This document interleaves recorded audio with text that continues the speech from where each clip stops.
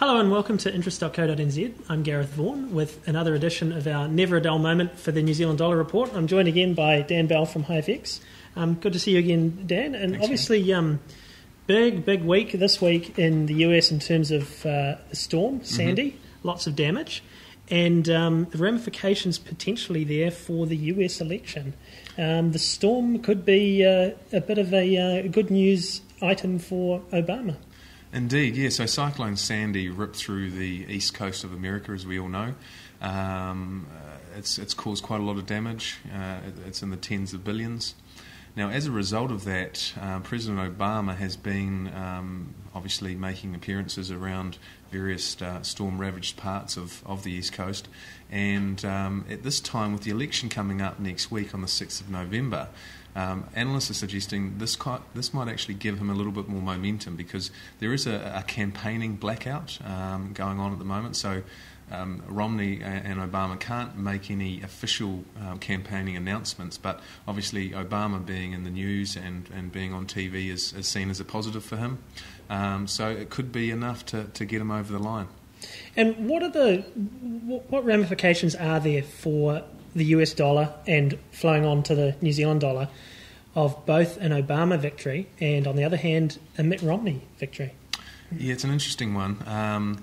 Most people think an Obama victory is negative for the US dollar because the Democrats are seen as more pro-monetary and fiscal stimulus. So if the Democrats get back in, pretty much the status quo remains in place. The Fed will keep printing money and as and when required, the government will step up.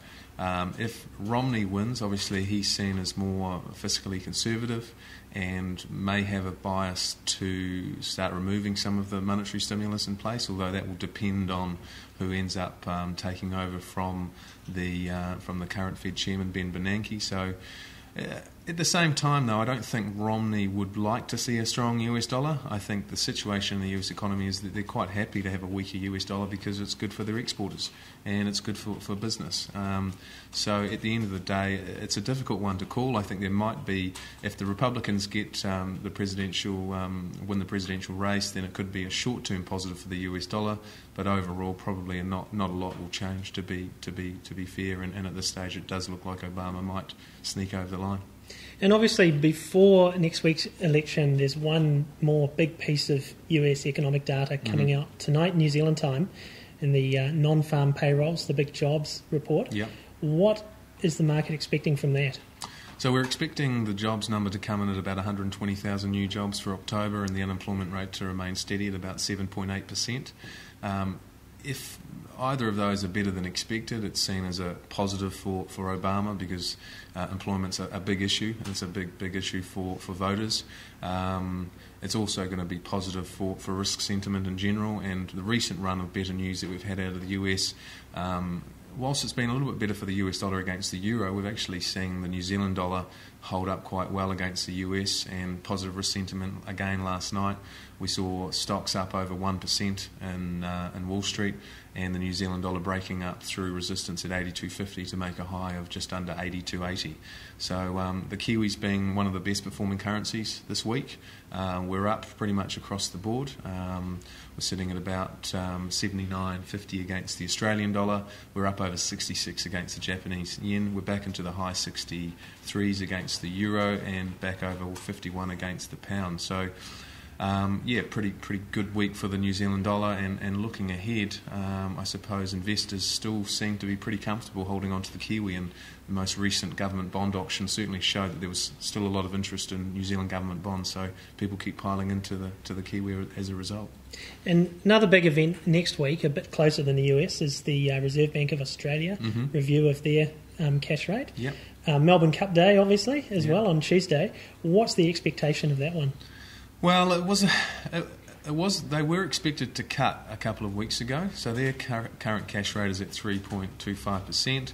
The most recent announcement from the RBA saw a rate cut, and their statement really turned to an easing bias, and they did reflect on the high currency and the fact that they do need to shift the focus in their economy away from the resources and mining sector and give the rest of the economy a bit of a kickstart. So it's a 50-50 call really on Tuesday. I still think the RBA will be cutting rates.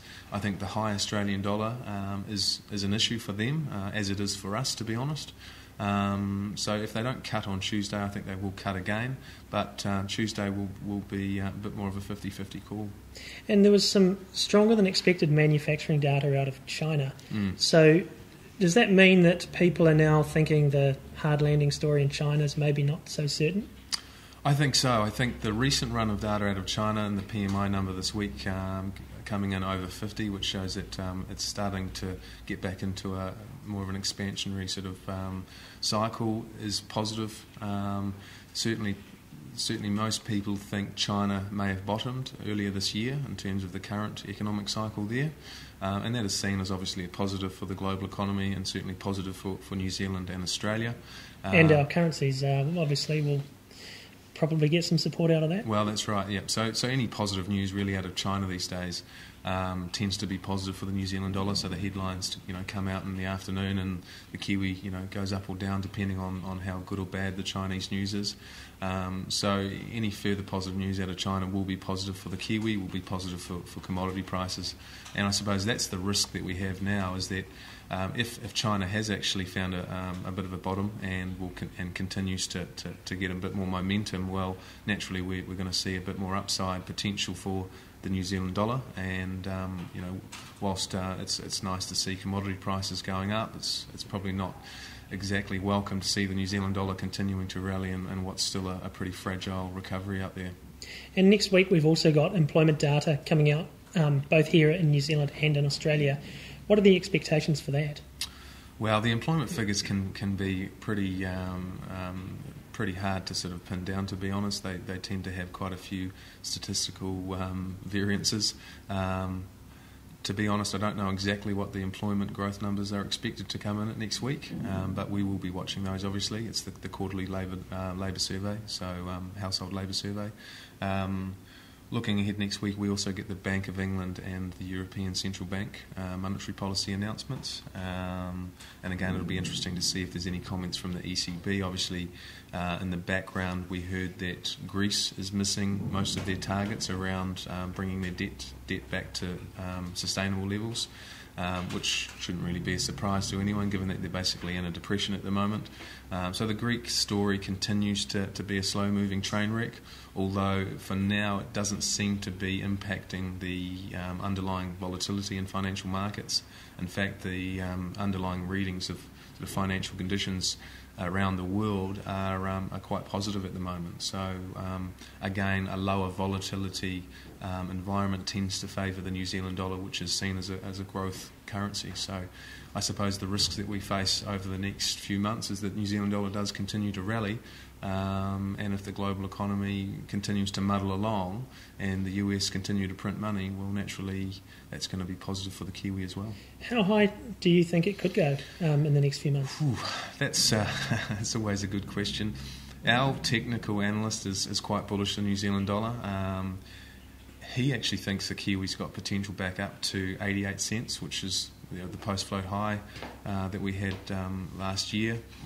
Looking at it at the moment, we're sitting just under 83 cents. It really wouldn't take much to see us get back up to 88 cents. And I think in light of the fact that our Reserve Bank have whilst they have suggested they could use monetary policy to have an influence on the currency, it's certainly not something they want to do. But I'm sure there's going to be an interesting discussion at the Reserve Bank if we did see the New Zealand dollar up at 88 cents.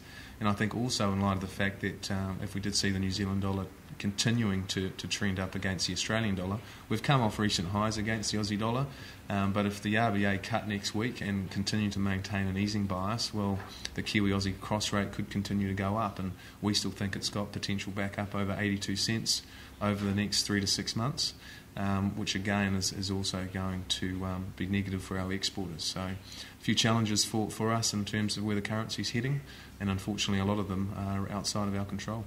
Absolutely. And just lastly, back on that slow-moving Eurozone train wreck that you referred to, Spain. Now, we've been hearing for months that Spain's going to get a bailout. Nothing's materialised yet. What do you think's going on there? I'm not too sure, to be honest. I think the market was expecting the Spanish government to ask for an official bailout. They haven't done that yet. I think if we saw Spanish bond yields start to push back up, that might come back into focus. So I think they're sort of biding their time at the moment. I don't think that they necessarily want to put their cards on the table. But we know that if things do get worse in Europe, then Spain will be asking for an official bailout, and that's seen as a positive for the region in a strange kind of way. But what it means is that they will get access to cheaper funding that will bring down their government, the government bond yields and reduce the cost of their debt. So. Be interesting to see how that plays out, but Spain again is also in a terrible way at the moment. Their banks are obviously struggling, their economy is still contracting, so it's still very challenging times for a lot of the European economies. Well, thanks for that, Dan. That's Dan Bell from HiFX, and I'm Gareth Vaughan at interest.co.nz with another edition of our Never a Dull Moment Currencies Report.